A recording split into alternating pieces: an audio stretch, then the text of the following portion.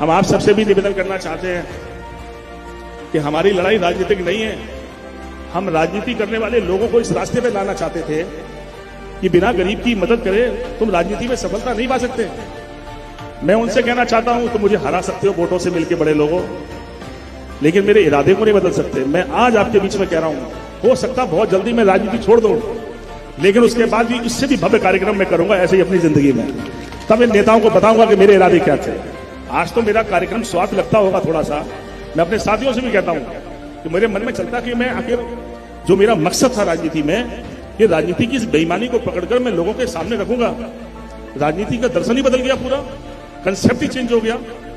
जो जनता की मेहरबानी, जिन पे जनता की मेहरबानी से बनते हैं लोग, या सरकार जनता की मेहरबानी के बगैर बन नहीं सकती, उसका ही वोट है और उसका ही नोट है। लेकिन दुर्भाग्य देखो, जो संविधान बाबा साहब ने लिखा, जिसमें जनता को मालिक बनाया, हमें पूरे अधिकार दिए, हम सरकार को बनाने वाले हैं, सरकार हमारी सेवक है। लेकिन हालत ऐसी बदल गई हमारी कि जो सेवक है वो मालिक लग रहा है और जो मालिक है वो सेवक से भी खराब हालत में है। ये हमारा दुर्भाग्य है। हम इसको किसको दोषी माने मुझे नहीं पता।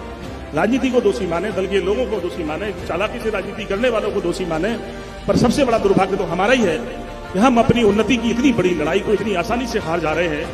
हम उन्हें जिता दे रहे हैं जो तुम्हें जीवन भर हराना चाहते हैं, लेकिन हम समझ ही नहीं पा रहे हैं कि लोग कब निकलेंगे बाहर। उसकी वजह कहीं जातियों की नफरत हमारे दिमाग में।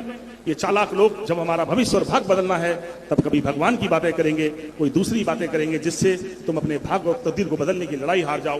मैंने पहले भी लोगों से कहा है कि राजनीति की लड़ाई समझे बगैर तुम्हारी उन्नति नहीं हो सकती।